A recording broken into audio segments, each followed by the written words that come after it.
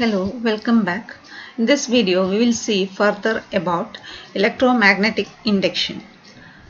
I myself is Dr. Nisha, faculty in Electrical and Electronics Engineering Department, Jyoti Engineering College. EMF induced in a conductor due to relative movement between the conductor and the magnetic field is called the dynamically induced EMF. Example is the generation of EMF in an electric generator. If the conductor is stationary and the flux linked with it changes, then an EMF will be induced in the conductor, and that EMF is called statically induced EMF. Example is the EMF induced in the secondary winding of the transformer when the primary is energized. Now, let us see dynamically induced EMF. As we have seen, EMF induced in a conductor due to relative movement between the conductor and the magnetic field is called the dynamically induced EMF. Let us see this figure. Here, a conductor A is considered. Its longitudinal cross section is taken. It has a length of L meter and it moves with a velocity V at a perpendicular direction to the magnetic flux direction, and the flux density is B Weber per meter square. In figure B, we have the same conductor and the same flux density, but the movement of the conductor is such that it makes an angle theta with the direction of the flux. We'll see what is the EMF induced in both the cases. In figure A, the conductor cuts the flux at right angles.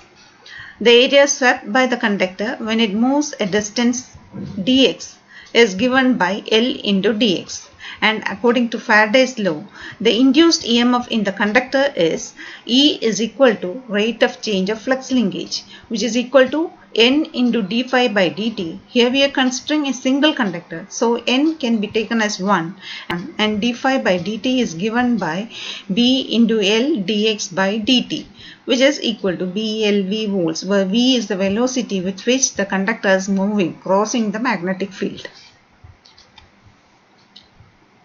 Now, according to Faraday's law, an EMF is induced in the conductor when the flux linking with it changes, and the EMF induced is proportional to rate of change of flux linkage.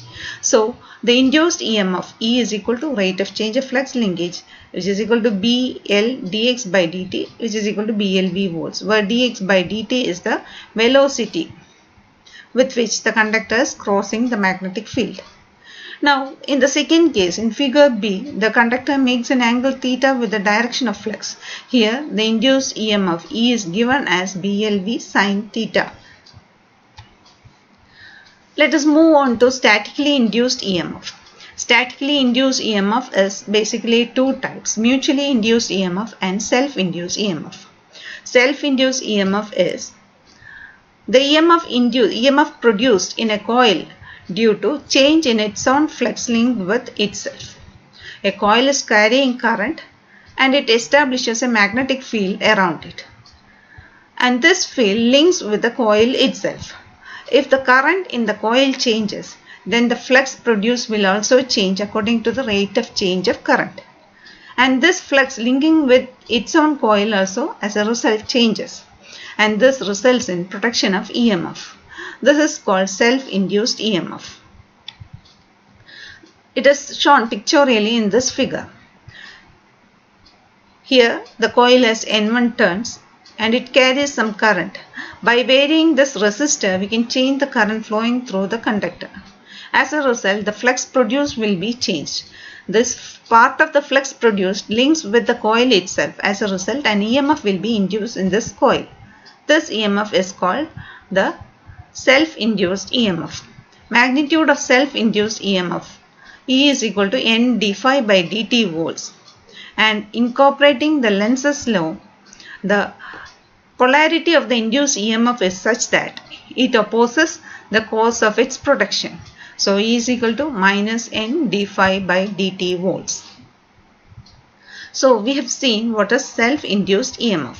Now, this self-induced EMF is because the current flowing through the coil changes. As a result, the flux changes.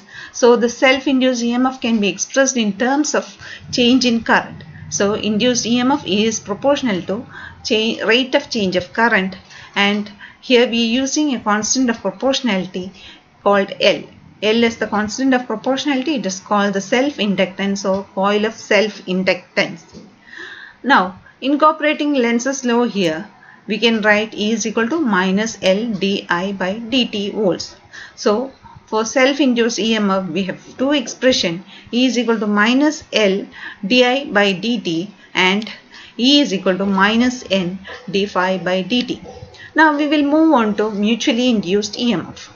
EMF produced in a coil due to change in current in the neighboring coil is called the mutually induced EMF.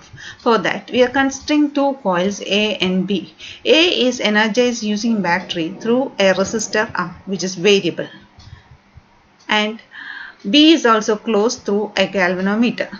Now, when the current in A is changed by changing the resistance, the flux produced by coil N1 also changes. Some of the flux links with coil N1 itself and some of the flux links with coil N2. Coil B having number of turns N2. See, the coil A has N1 turns and coil B has N2 turns. Coil A carries current I1 and this produces a magnetic field. The part of this field links with coil B. The flux which is common to both the coils which links with coil B is called the mutual flux phi m. Now, if current in coil A is varied by changing the resistance, the mutual flux also changes. As a result, an EMF will be induced in both the coils. The EMF induced in coil A is called the self-induced EMF because the EMF is induced because the current in the coil itself is changing. And the EMF induced in coil B is called the mutually induced EMF. The expression for mutually induced EMF in coil B is E2 is equal to minus N2 d phi m by dt. N2 is number of turns in coil 2 or coil B and d phi m by dt is the rate of change of flux, which is the mutual flux. Thus, mutually induced EMF in coil B, that is E2, is proportional to rate of change of current in coil A, that is I1. So, E2 is proportional to di1 by dt and E2 can be written as m di1 by dt volts, where m is the constant of proportionality. It is called the mutual inductance or coefficient of mutual induction. By incorporating Lenz's law, the direction of the induced EMF or polarity of the induced EMF can be obtained and E2 is obtained as minus m di1 by dt volts. So we have seen the self-induced EMF, mutually induced EMF, which are statically induced EMF, and further we have also seen the expression for the dynamically induced EMF. With this, we are closing this video. We will be uploading more videos and keep watching. Thank you.